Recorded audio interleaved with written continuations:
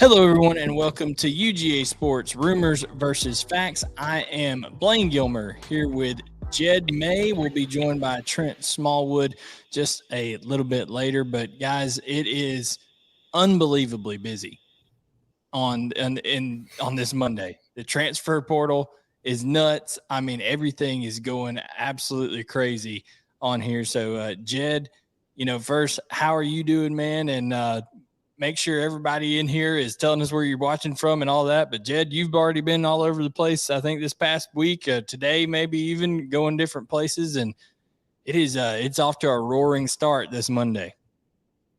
Yeah, we're interviewing kids in person, over the phone, through DM. Like you mentioned, there's transfer portal stuff. And the funny thing is there's so much going on with the transfer portal the last few days, and obviously today being open. There's regular old, good old-fashioned high school recruiting that's still going on too. So, Georgia obviously flipped Jamal Meriwether from UCF today. They landed Samuel Mpimba. Samuel Mpimba committed yesterday, about probably 27 hours ago, and it feels like it was 3 weeks ago. And this is a 5-star guy that's already been watched in the news cycle. So, like you said, just a crazy busy time. And obviously, on the field, Georgia's heading to the playoff and everything, but off the field, it's busier than ever. Absolutely. So we got Paul Duringer in here from San Antonio. We got Jason Hildreth from Beaufort, South Carolina. Troy, Alabama in the house from Allen Riles. We got Marcus Gammo in here from Marin County, California. Lots of people. Barrett Barton from Tybee Island. Who else we had in here? We had somebody, I think, Brad Pitt from Dahlonega. So appreciate all of you guys tuning in right now. This is UGA Sports Rumors versus Facts, presented by Turner Wooden Smith Insurance in cooperation with Auto Owners Insurance. Guys, just like Georgia goes out of their way to give you Georgia fans the very best product on the field and to bring in the top recruits, Turner Wooden Smith goes out of their way to give you the best insurance customer service available out there. They've been great to me and my family. Call them up anytime there's a problem. Trey Wood and his team over there, they handle it no problem. They've got great policy providers like Auto Owners, Life, Home, Car, Business. I've got stuff with them and insured with them, and they always do a great job providing policies for us. So check out both of them. Their websites are in the description. Also, while you're in here, 32,000 subscribers and counting, Jed, we have on the channel here. It is growing because the Georgia faithful love the content that's being put out, and we appreciate you guys, frequenting the channel. So if you don't already, hit that subscribe button. It's free, and turn on notifications. But Jed, I think this transfer portal thing is where we're going to have to start a little bit, because everybody's kind of wondering, who are some names that Georgia may go after. Very famously this year, Kirby Smart looked into the camera after that Tennessee game and said, took 0 guys out of the portal because he didn't feel it. This team needed it. I think there'll be some more needs that will have to be addressed through the portal going into the 2023 season. Yeah, and just because Kirby Smart didn't take anybody from the portal doesn't mean he didn't try. I mean, sometimes it's same as recruiting. Sometimes you just lose on guys. So, Blaine, you mentioned, but he's not going to tell you that. He's not going to tell me that. But yeah, I mean, it's how it goes. But when you look at and Anthony Dasher and our whole team today has been putting together this list, I think you look at the top of the list, you've got Ra Thomas from Mississippi State. Remember him from Georgia playing Mississippi State, because how are you going to forget a name like Ra Thomas? He's 6'2", 205 pounds, pretty prototypical receiver size. He had 44 receptions for 626 yards and 7 touchdowns. For Mississippi State this year, obviously they run a little bit of a different offense than Georgia does with Mike Leach in the air raid, but that would be a huge boost for the receiving core there. And it's interesting because I saw somebody playing on the board saying Ra Thomas isn't the hope necessarily at receiver, just not in the sense that he's not a good player, but people wanted a difference maker and a Jordan Addison type. But if Ra not Thomas, many of them going in the portal. Exactly. That was a very rare situation when you've got a Biletnikoff Award winner with 2 years of eligibility left going in the portal. So I think Ra Thomas is a great player. He would be a great addition to the team. And we've heard a lot about him today. He's been tweeting offers throughout the day. The Georgia offer went up on his Twitter about an hour or so ago. So we'll see if Georgia gets him on campus and all that kind of stuff. Then this thing could really start snowballing. But I think he's the guy, and Blaine, I think you'd agree, that is, the farthest down the line, I guess you'd say at this point. Not that anything's imminent necessarily, but just the guy that there's mutual interest there. And that's a guy Georgia's really kind of honed in on today. Yeah, for sure. I think another name that you're going to see out there, of course, is Dre McCreary. We've even heard that he may be, lining up a visit. He's from Austin P, explosive player, Jed. So we've heard that as well. Nate McCullum has been floated out from Georgia Tech. So there's lots of guys at receiver. I think other areas need to look at. Georgia will probably want to address defensive back. Maybe bring a defensive back in. Via the portal. You could look at a difference maker at outside linebacker, and potentially, even if it's the right fit on the offensive line, because Jed, it seems like with the season that Broderick Jones is having, and then of course the great career that Warren McClendon has had, that Georgia will be looking to add a little bit of depth at tackle, which they did through the high school ranks today, and we can talk about the commitment of Jamal Meriwether this evening, but. Those positions, I think, obviously are the main ones that Georgia will want to address in this offseason through the portal. Yeah, and talk about offensive line. I saw someone make a good point today. Everyone talks about Ernest Green as the guy from last year's class that's ready to contribute. He had back surgery. Like, anytime you start messing around with the back and surgery, that's a big deal. I'm not saying his football career is over, but there's a lot of variables involved in that, as far as when he might be back practicing and things like that. So definitely an offensive line target, maybe, whether it's a depth guy or a guy you bring in to start.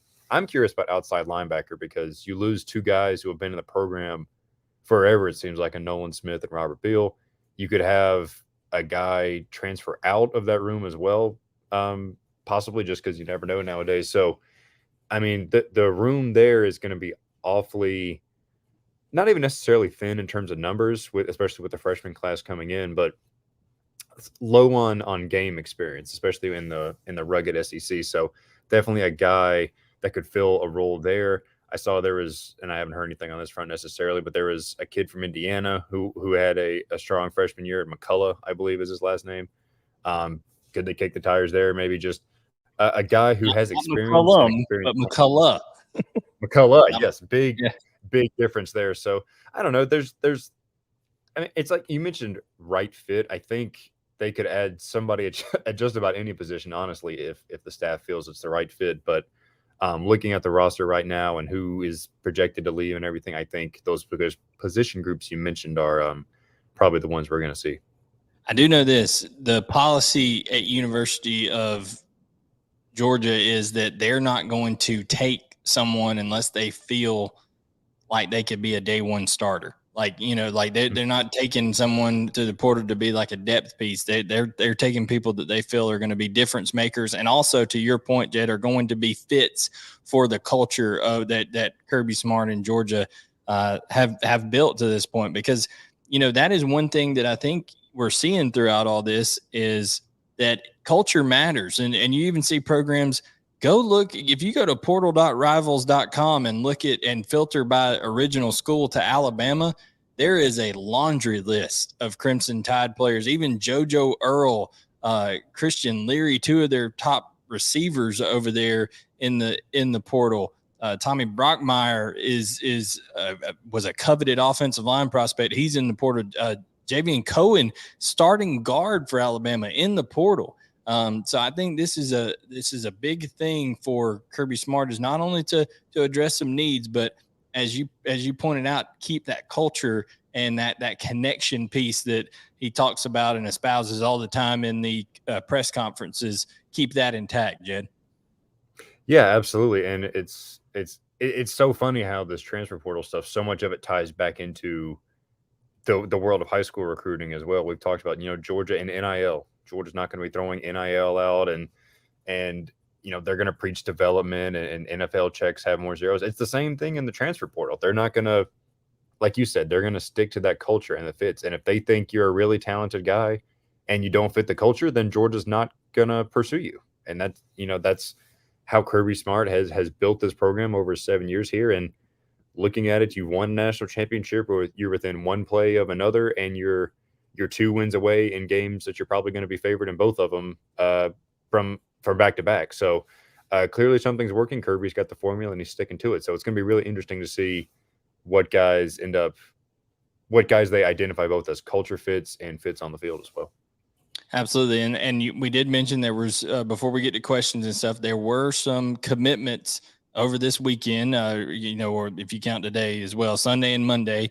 Of course, Samuel Mpemba, the 5-star from IMG Academy, originally from the St. Louis area. Jed, you put out a tweet about it. This was really a feather in the cap to start off the kind of culminate year one for Chidera Uzo-Diribe as outside linebacker coach for Georgia, because this was a huge, massive get in Samuel Mpemba. Yeah, and I mentioned this on the board as well. Let's flash back to February when everyone was asking questions. Oh, this Samuel Mpemba kid, he's starting to randomly tweet "Go Dogs" every now and then, and he's tweeting out graphics Georgia sends him. Is he a target? And since day one, we talked a lot about Tyler Williams, literally offered on day one for Brian McClendon.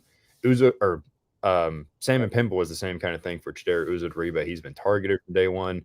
The work that Uzo-Diribe did in making up ground on some of these other schools who were favorites for Uzo. I mean, when Mpemba got on Georgia's radar, Notre Dame was a school that was huge. And now Georgia has blown them out of the water. So incredible work by Uzo-Diribe, and there's still now all the chips are kind of pushed into the middle of the table here as they look to close with Damon Wilson. If Georgia gets Damon Wilson, which I think at the moment, Blaine, the pendulum's kind of swung back towards Georgia's side a little bit. It's an incredible.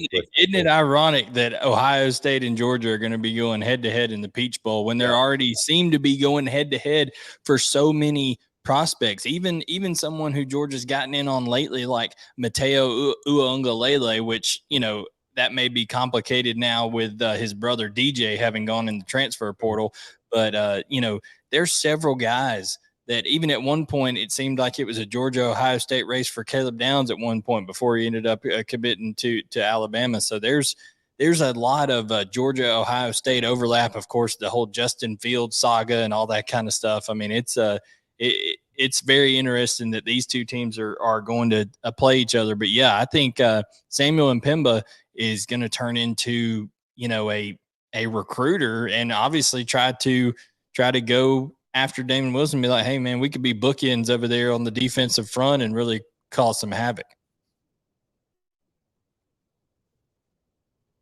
Yeah, and you throw Gabe Harris in that mix as well. I mean, it's incredible when you add that with Jalen Walker, who's been playing outside, Mykel Williams. I mean, that's it's been hit really hard with attrition these last couple of years. So, Damon Wilson, all the talk over the summer of, well, is Georgia going to get a 5-star? Are they not? Wilson and Mpemba are both 5-stars. Wilson got his 5th star today. So bringing in 2 5-star edge rushers to go along with what they got last year is that's how you rebuild a room in the span of 2 cycles, is bringing in 4 5-stars when you count Mykel Williams and Marvin Jones last year.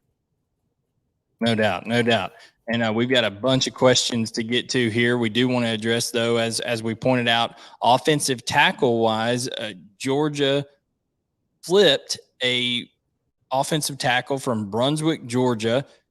He was committed to Central Florida. His name's Jamal Meriwether, 6'7", 280 pounds, Jed, and very covertly, Todd Monken and Stacey Searles went down and visited Mr. Meriwether. I don't think that many people wanted that one to leak out there, but we knew this was in the works. We didn't know it was in the works this quickly, Jed. Yeah, and speaking with some coaches from Brunswick High School down there, it sounds like basically the Georgia coaches showed up and they had a conversation with Meriwether, and he was like, I'm in. Like, let's do it. And like you said, Blaine, it was last night. So this all happened in about 24 hours. And he handled it, called Central Florida and said, hey, this is what's going to happen. But that's big. And his frame is, I think, similar, I guess, to Bo Hewley's. He's checking in under 300 pounds. The Monroe Freelings as well. So I guess that's a concerted effort by Stacy Searles to kind of bring in these longer, leaner guys. And obviously you can get a year in the strength and conditioning program to bulk up a little bit. But we'll see. I mean, it's definitely a guy that kind of came out of left field, at least coming into the weekend. We hadn't heard a lot about him, but we mentioned this on the board for all those you stargazers and everyone like that. Georgia doesn't throw scholarships out there for nothing. It might work out, or it might not. I don't know. I can't tell the future. I can't read the stars better than anybody else, but the staff sees something in Jamal Meriwether to say, hey, this kid deserves a scholarship. He was in Athens for the Tennessee game. So the relationship with Stacy Searles, in the story from our guy Ryan Wright, the relationship with Stacy Searles dates back to North Carolina. So Stacy Searles has kind of had him on his radar for a long time. So it's a guy that the coaches have developed and they really like him. And whether it turns out to be a future All-American or a guy that never sees the field and transfers out, I don't know. But he's a guy that the staff really likes. And at this point, all you can do is look at it and trust their evaluation. Dog for Life asks here on YouTube. He says, have the Dogs looked at Theo Wees from the Sooners? I think everybody's going to look at guys like Theo Wees. They're going to look at guys like Dominic Lovett. But Jed, let's be honest. In the days of NIL, it's not supposed to be used for inducement and stuff like that. But I think there's a lot of packages that are going to be thrown at those kind of guys that may get out a little out of control and almost price people out of any kind of opportunity to bring some of those guys in. I'm not sure it's realistic that a Theo Wees would end up at Georgia kind of because of that. Yeah, and another thing too, you talked about Georgia wants guys that are going to be day one starters. If you're going in the transfer portal, chances are you want that on your end too. So that could factor into some guys' decisions where where some other places might have clearer paths to playing time, maybe depending on what the positions might be. So it's going to be really interesting. I mean, it's already been a crazy, 20 hours since the portal's been open last night, and it's absolutely nuts. Absolutely nuts.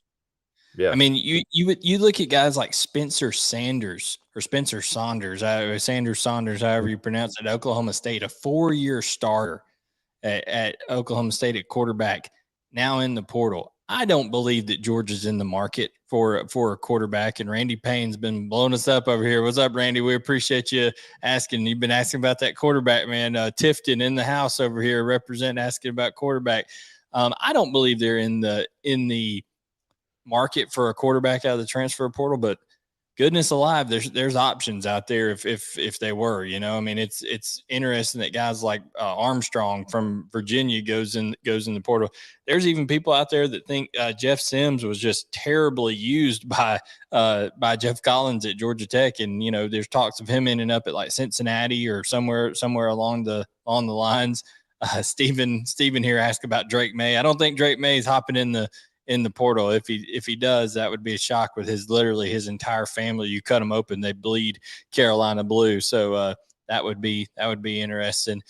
People are talking about the Texas quarterback Hudson Card. Don't necessarily think that's going to happen either. But I think Georgia's kind of content at quarterback with Carson Beck and Gunnar Stockton and Brock Vandegrift all coming back next year. And speaking of quarterback, Jed, we would be remiss if we didn't talk about, before we get to these questions, how big Stetson Bennett getting named a Heisman Trophy finalist is for recruiting for the University of Georgia. Because the narrative has been for years about, well, Georgia doesn't, produce at the quarterback position. You're never going to win any kind of individual awards. The numbers aren't going to be there. Well, here you are, have Stetson Bennett, who our guy Dash in the group chat said that of the Heisman finalists, he has more passing yards than everybody but Caleb Williams. And Jed, that's a huge another bullet or another arrow in the quiver for Kirby Smart when he goes into the home of, let's say down the line, Ryan Montgomery, in the 2025 class and things like that, Juju Lewis in the 2026 class. You point out, hey, we had a Heisman Trophy finalist not a year or two ago. I mean, that kind of stuff is definitely going to help. And it's huge on so many levels because you've got the individual award aspect of it. You've got the passing game aspect of it you can sell with Todd Monken and company. And you've got the development, like Trent is developing in about 20 minutes late here. You've got the development thing you can sell where you look at these preferred walk-ons, or you look at some of these 3-star under recruited guys. You look at them and say, hey, we took a walk-on quarterback and made him a Heisman Trophy finalist. And obviously Stetson Bennett has got a lot to do with that too. It's not like Todd Monken, laid hands on him and turned it. But there's so many different aspects in recruiting that Jed going Pentecostal on us over here, Trent. You talking about laying of hands? I was trying to find the words for it, but bottom line, yeah, there's just a lot of different angles that Georgia can use this on in recruiting. It's huge. Not to mention that Stetson's going to go on ESPN on Saturday night and talk about what a great job the Georgia coaches have done, and Kirby Smart and Todd Monken. Kirby Smart, at least I'm sure, will probably be there with Stetson Bennett. So it's huge. It's absolutely huge, like you said. Yeah, I mean, and by the way, I'm pretty sure Stetson's a Baptist, by the way, but that's neither here or there. Listen, Trent, we've been talking about Samuel Mpemba commitment. We've talked about Jamal Meriwether. A lot of people are kind of scratching their head maybe at that when they're like, well, 3-star, kind of out of nowhere, that kind of stuff. But it's been some crazy, a crazy weekend, and of course the portal. We've talked about it a little bit, and we're about to hit these questions, but since you just joined us here, give your thoughts on this whole crazy, transfer portal, just extravaganza that's happened today. And then of course the 2 commitments that Georgia picked up over the last couple of days. Yeah, I think the transfer portal, I mean, there's good parts about it and there's bad parts about it. And I think a big thing is I think one of the bad things is it's hurting high school recruiting. Just from the aspect that you got a lot of kids that are going to be left behind, that might be these, even if it's an FCS player, a Division II player that might get left behind because of the portal, because you're taking less high school kids every year, and you're to have to make the numbers for the portal.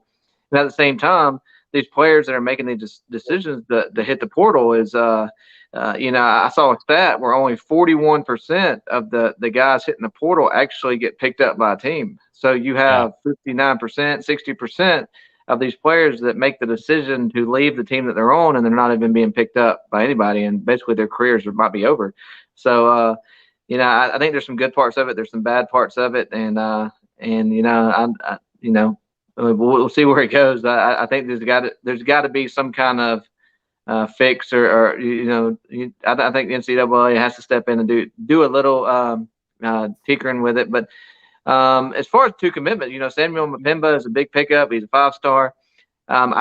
He's not like a player that's going to come in and just be ready to play day one. He's a off the bus first type of player. He's built. Kind of reminds me of the way a little bit how Lorenzo Carter came in. He looked the part, but has some developing to do as far as his game goes. But I think he's going to be has a chance to be an All-American one day, because just from his skill set alone, he has no ceiling. Then the other pickup, today on the offensive lineman, I didn't know much about him until we talked about that he visited, or Georgia staff was down there visiting yesterday. And he definitely has the size. He definitely has the ability. The key will be just development, and I think he's a development guy coming in. Absolutely. And, when we're talking about guys like Samuel Mpemba, it's important to remember too that, he's not been exclusively a defensive guy for a long time. He played a lot of tight end before. He's still kind of refining his craft. He's very raw on the defensive side. So once he gets once he's able to get things going in terms of learning technique and pass rush the stuff from Uzo-Diribe and some of the coaches over there, that's going to be that's going to be an interesting deal there. All right, so it's time to get to these questions here. Remember, UGA Sports Rumors versus Facts brought to you by Turner Wood & Smith Insurance in cooperation with Auto Owners Insurance. Over 100 years experience for both of those companies. They'll treat you right when it comes to customer service. Great policies from auto owners, life, home, car, business. So you can check out their websites and all of their stuff in the description below for the show on YouTube and on Facebook here. So first question, B Hodge 0702, Jed. Yeah, what are some names to pay attention to that do not get mentioned a lot on the site? Those under the radar ones like Marvin Jones Jr. and Dalen Everett last year. Okay, so when it comes to it, like they're asking guys that you don't hear a lot, probably that Georgia gets a chance to end up with. Of course, Jamal Meriwether would be one of them that happened today, because it was just literally at the last 48 hours type deal, it seemed like. But I think most of the guys Georgia has kind of identified. You don't hear a lot about it in terms of things materializing concrete, but like Deuce Robinson, Trent, is one that you don't talk about a whole lot, just because, it seems a little far-fetched with Georgia already having two tight ends at different times. Walker Lyons even is one that he's not talked about a lot, but Todd Hartley was out in his living room last night out in California. So you're not making a cross-country flight if you're not interested in him. Now, he has an extenuating circumstance with he's Mormon, and he's going to take a mission for a year or two. So he'll be a 2024 or 2025 guy. People in the chat are saying Nichols Harbor, but there's some guys like that are quality talents, but you just don't hear about them because their recruitments are so vague or almost far-fetched at times. Yeah, definitely. I mean, me personally, I think that Nicholas Harbor is a long shot to come to Georgia. His name don't get brought up a lot because I mean he really hadn't been really vocal in his recruitment throughout this whole process. But I mean, as far as under the radar guys, I mean, I think the one today kind of caught some people off guard, and I know Blaine was on that yesterday with the coaching staff down there visiting. I look up and down the targets, and there's just not many. Kirby's he might have a surprise or two up his bag, but majority of the time, if something happens, you've heard the name on our site, and I heard the name at UGAsports.com. So we'll wait and see who the coaches visit throughout the week, and see if any names pop up throughout the week. But right now, you've heard them if they're a part of it. It's a good plug for the site there. I was going to say one guy might be, I think there might be a question on him later. Oh, we got some feedback there. Hiram Jones, who committed to North Carolina State as a running back. Georgia's looking at him as a defensive back. He visited Athens, I believe, for the Georgia Tech game. He's supposed to be taking an official to Georgia as well. So that could be a name to watch. He's still committed to NC State, but could be another guy that's not necessarily under the radar, just hasn't been on the radar quite as long. So that's another name to keep an eye on too. Yeah, I do feel like we got a little bit of feedback here or something like that going on. I don't know what the deal is, but when it comes to this transfer portal stuff, that is a little bit that could be unpredictable at times. Mav James 21 here says, does UGA look at any of the following in the portal? Justin Flo, DJ Uiagalelei, Denver Harris, Sam McCall, Dante Thornton. All of these guys are guys that I believe Georgia has had, some contact with in the past, all that kind of stuff. Of course, DJ Uiagalelei, they're recruiting his younger brother, Mateo Uiagalelei. So there's something there. But Trent, what are your thoughts on some of these guys right there that were mentioned in the portal? I'm not sure that Georgia goes heavy on any of those five mentioned. Yeah, I think Justin is not a position of need. He's he's an inside linebacker. Georgia's kind of looking for the edge. DJ, I just don't think that Georgia would be an option there, just for the simple fact that Georgia's got better quarterbacks than him behind Stetson, in my opinion. And I think Georgia's comfortable with that quarterback room right now. And The other guys, I just don't see Georgia going after right this minute. There is guys that Georgia is pursuing, but I don't see any of these 5 being ones. Yeah, I agree with you. I think there's going to be other guys. I think there'll be some guys probably pop up over the next couple of days that you got to keep an eye on for sure. Darth Janus has a question here for us here, Jed.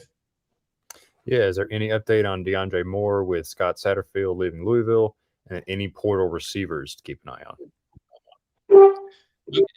Okay, so I definitely think with Scott Satterfield leaving Louisville, I think that is a big factor in DeAndre Moore specifically, because I think they had kind of turned the corner, Louisville would, and trying to keep him there at Louisville. But now with Scott Satterfield gone, I think this is a Georgia Texas battle for DeAndre Moore. Trent.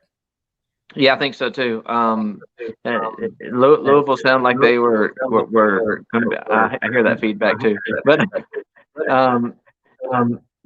Louisville sound like they were going to be able to keep them, and now with Satterfield leaving, I think you'll see Georgia jump back in the mix and Texas jump back in the mix as well. So yeah, Georgia, Texas.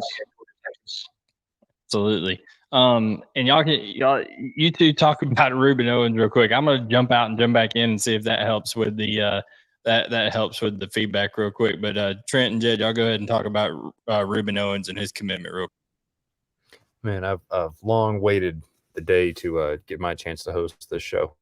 Ruben Owens, yeah, Trent, he was a guy who his recruitment, like, it was Texas, then it was Texas A&M, then it was Georgia. I think he was committed to Texas for a while. And then he takes that official visit to Louisville with the planes and the cars and all that kind of stuff and commits to Louisville about a week later. I saw he posted on Instagram today, a facepalm emoji, in young kids speak. That's probably doesn't make you feel great if you're a Louisville fan. I think Georgia is probably more focused on the Justice Haynes flip front, but I guess I wouldn't be shocked if they reach out to Ruben Owens at all. What do you think? Yeah, I think that there's big NIL situation in some of these Louisville guys that'll play a factor in those recruitments. So I'm not sure Georgia's willing to go there on some of these guys.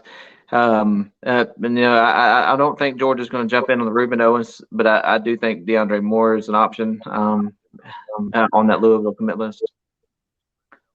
Yeah, I don't think that I don't think necessarily Ruben Owens. I would think DeAndre Moore is probably the more likely out of those two. All right, so what is our next question here, Jed? We got one from Steven 30. We missed the NIL receivers, I think.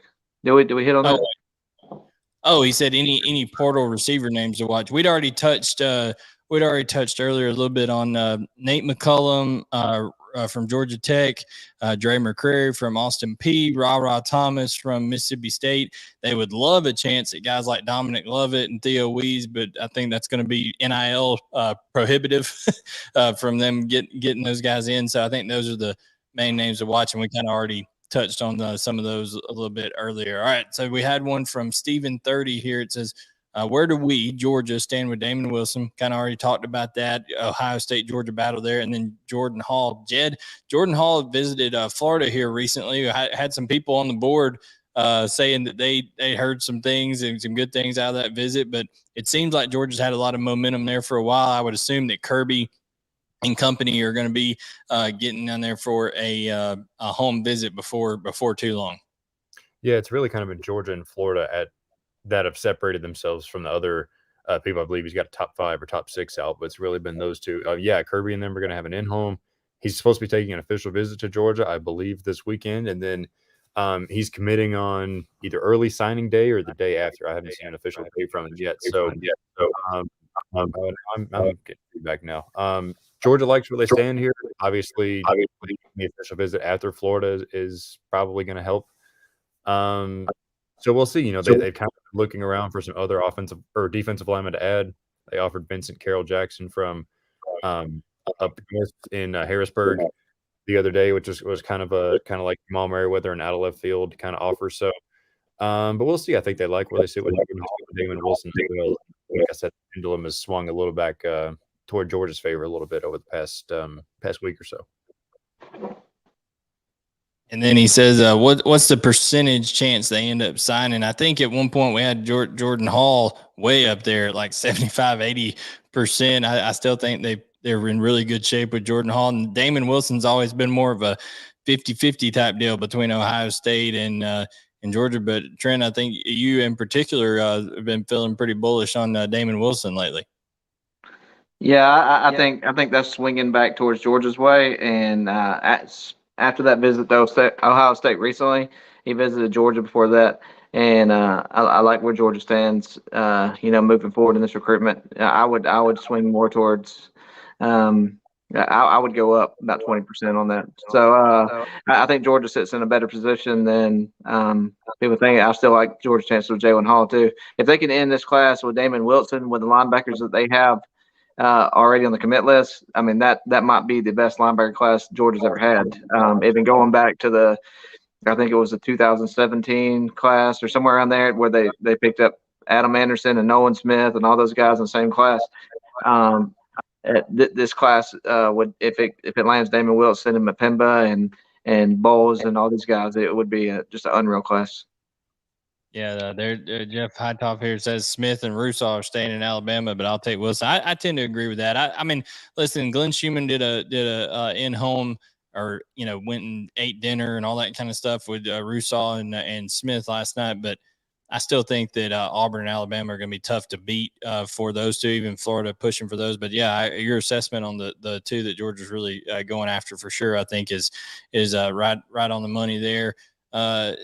Jed, I'll read this one because we got some wrestling in here from Randy Stowe. It says DDP would hit the diamond cutter out of nowhere. It says God's honest truth. You never knew the diamond cutter was coming. Now people just use it as a spot all the time and just ruin it in wrestling. But that's neither here nor there.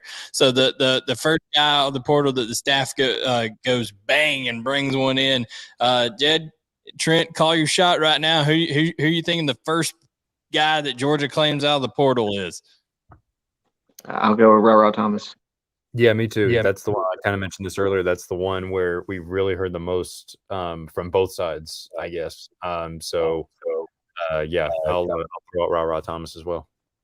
Yeah, I'll say this. I reached out to Ra Thomas just for a comment when he did enter the transfer portal, and asked him about interest in Georgia, and he responded with 2 words: most definitely. So that was it's a little inside scoop that nobody's had right there. He just responded most definitely.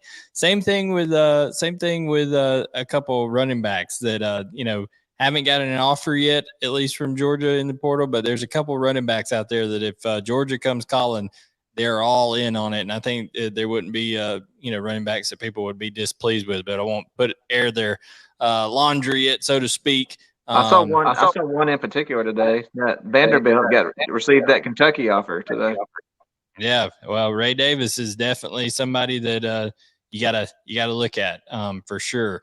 If that is probably contingent on if Georgia does not flip Justice Haynes, which, by the way, we didn't get a chance to talk about this, but Justice Haynes, that was one of the more awkward and hilarious situations that I've seen, Jed, when it comes to you. I believe you were at the game, Jed, and here's Dell McGee talking to him, and then here comes Robert Gillespie that stands in, and he's the Alabama running back coach, and he's standing in between them. Justice is like on one side, Dell here, Robert Gillespie in the middle, and Robert and Dell are kind of talking to each other, and Justice is over there looking at him like, mom and dad having a conversation about something. He's like a kid standing over to the side.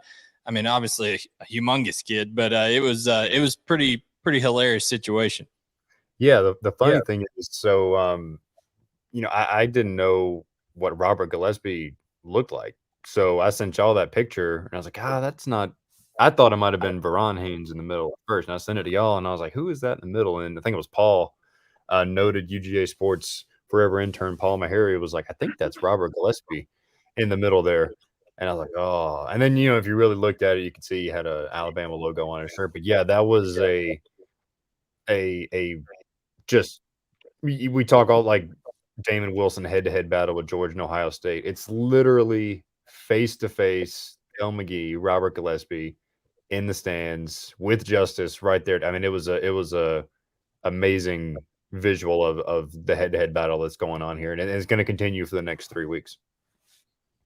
Yeah. Now, Trent, you've been around a while, more than us with Jed and I with these recruiting battles, and you've seen some pretty epic flips over the years.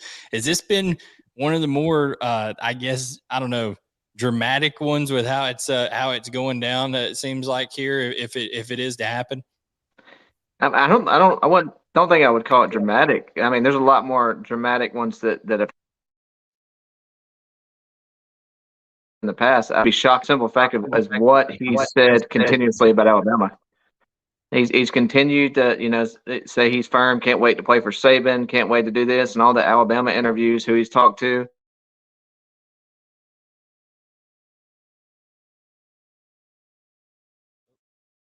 We lost Trent there. I don't know what happened there. You good, Jed, on your end? It was dramatic for his internet to take it. Yeah, I don't know what was going on. He was a little cliffhanger there. You can pick up where he left off, though.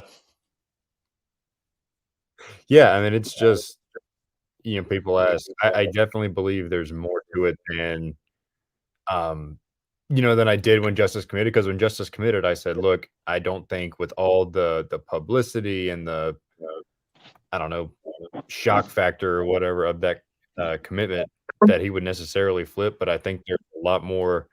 I mean, Georgia's never given up.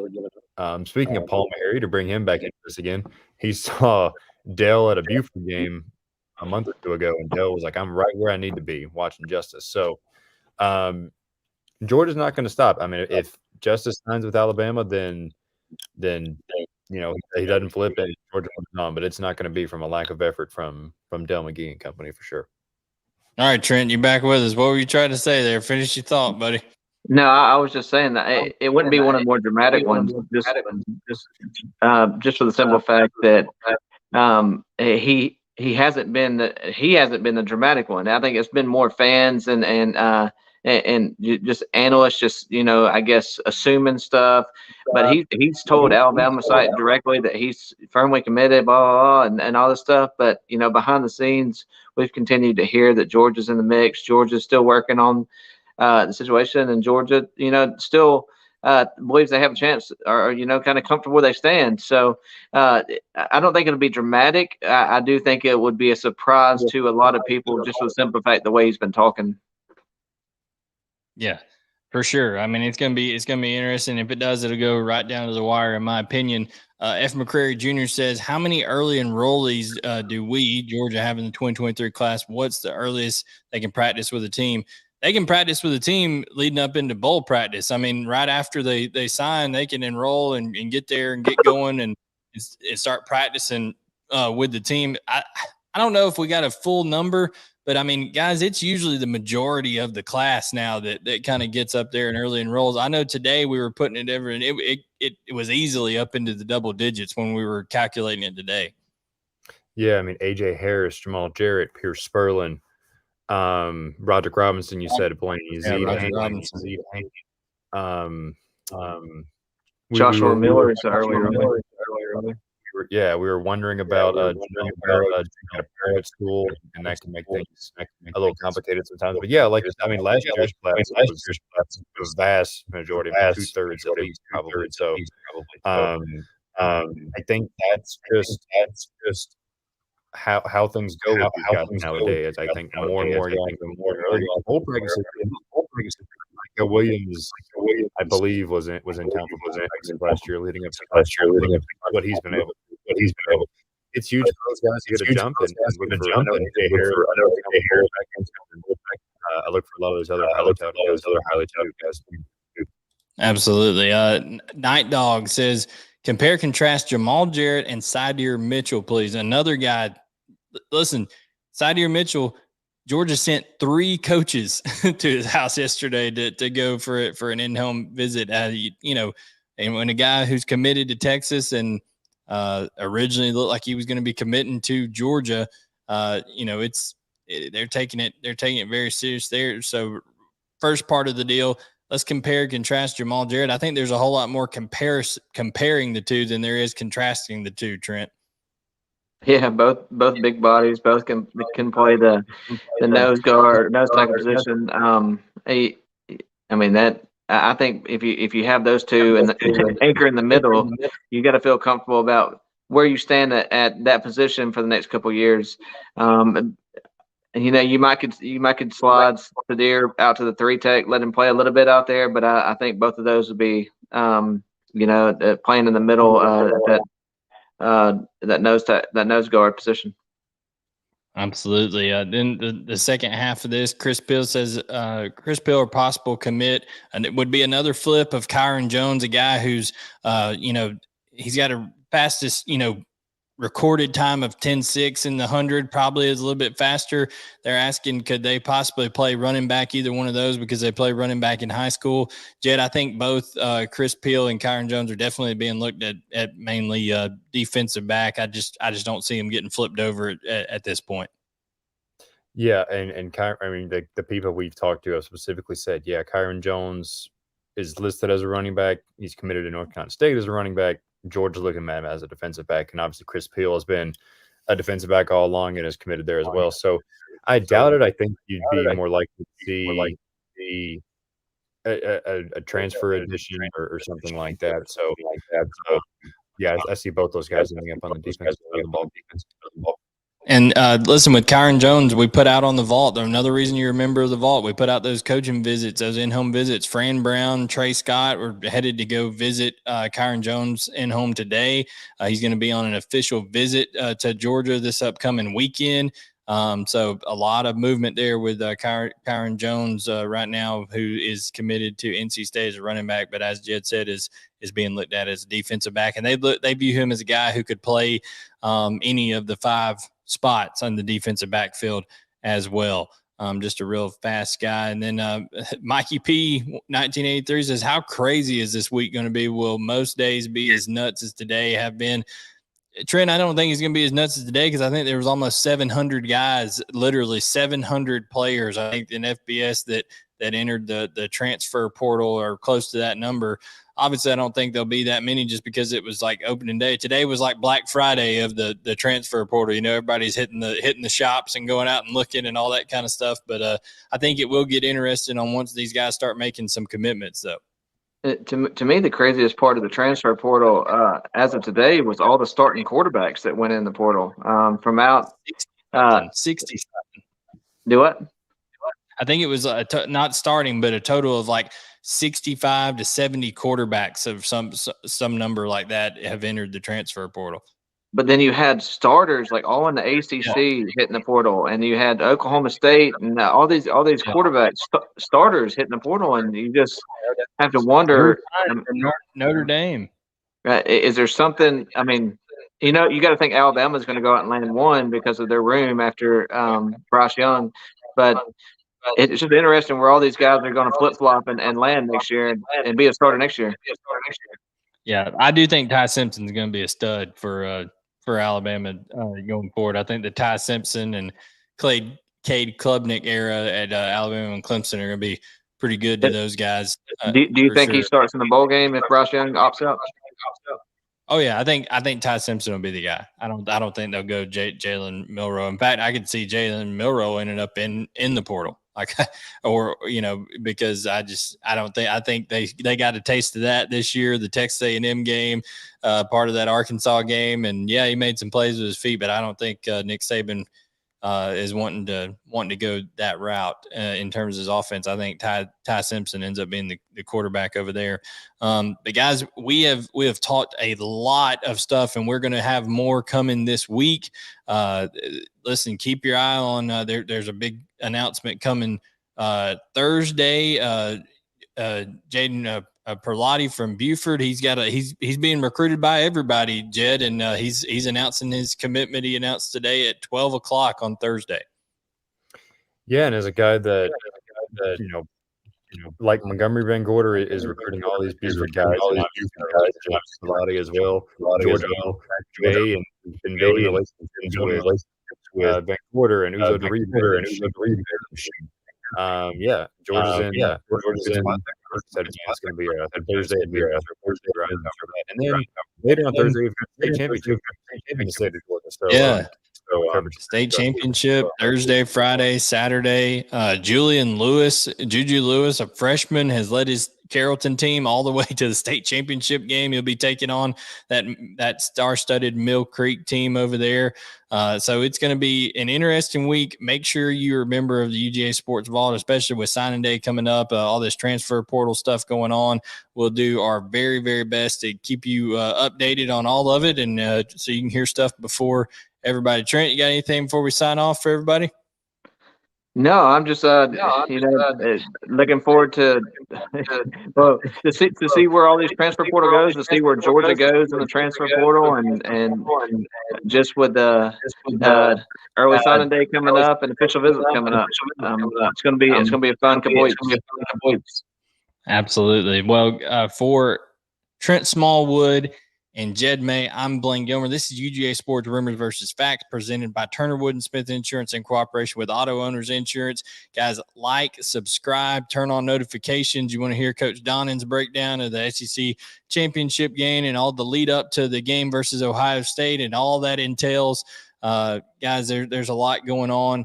Also here, we're going to try over the next couple of weeks to bring some prospects and some commits on with us and talk about Georgia football recruiting. So keep an eye out for that as well. But for Jed May and Trent Smallwood, I'm Blaine Gilmer. We'll catch you next time on UGA Sports Rumors versus Facts.